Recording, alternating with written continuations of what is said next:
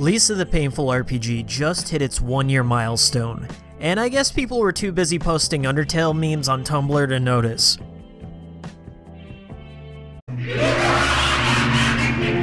Well, I for one did. Congrats, Ding-a-ling, on your 1-year anniversary of the most fucked up franchise I've ever played.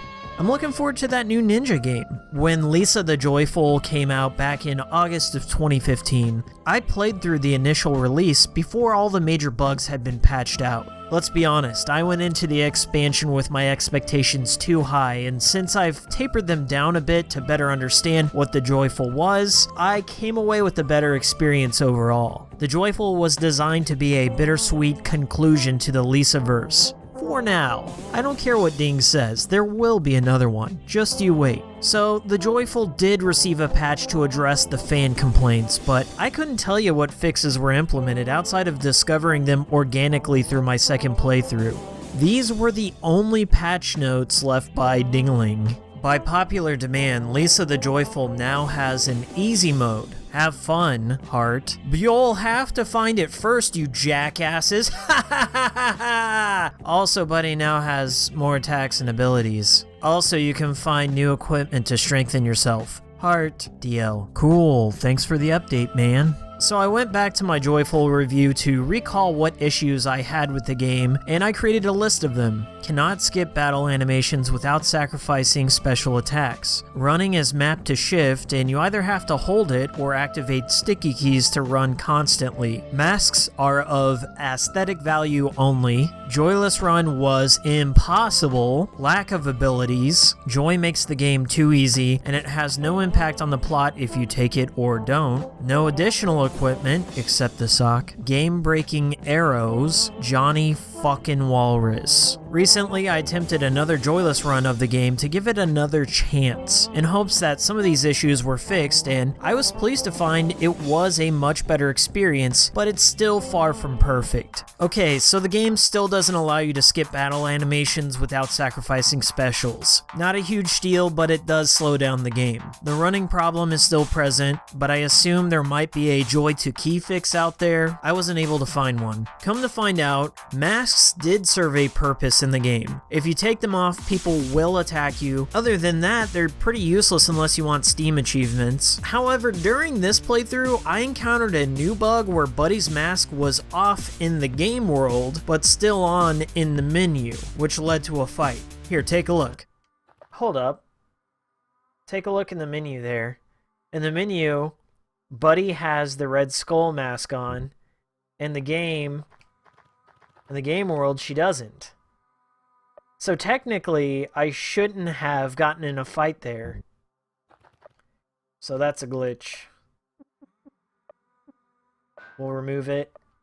So now, yeah, once I removed it, that's interesting. I'm happy to say that a Joyless Run is now very possible, in no part due to the new Easy Mode. The new Easy Mode is more like an Easter egg in response to the frequent whining about the difficulty of the game. It's a small section where you get an amazing foam stick and fight 2 bosses that max out your stats. It's a joke. Thumbs up. And no, you can't take the stuff with you.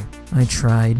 Despite the easy mode goof, the game has been significantly rebalanced, mostly in part to Buddy's new abilities. Most notable is when Buddy reaches level 18, she learns Mend, which is a healing spell that makes the game a cakewalk. When Buddy attacks, defends, takes damage, or drinks tea, she builds up TP. With the TP, you can use Mend and refill at least 75% of her health. I just kept using Mend and used Buddy's new status effect attacks in conjunction with Throat Stab to make my way through the game joy-free, no problem. I also wrote down that I bought an absurd amount of jerky, so I've come to the conclusion that even with a self-imposed joy-free and min-free run, the game would still be possible to beat. If the game weren't easy enough, Ding added a couple more swords for Buddy to equip. And if you're so inclined to sleep enough times to get it, you can still get a sock item at the campfire. The sock really breaks the game by giving Buddy the stink effect, which raises her evasion, and the sock itself cranks up her speed. I went through the arrow cave again and didn't experience any problems, but that doesn't eliminate the glitch from existence as far as I know. I encountered 2 new weird bugs when I was at Dice Mahone's Canyon. The first glitch is right here when I could walk in midair for some reason, and then when I entered this room, I experienced some slowdown. I thought the game had frozen at this point because I couldn't move, but after a minute or so I was able to move again.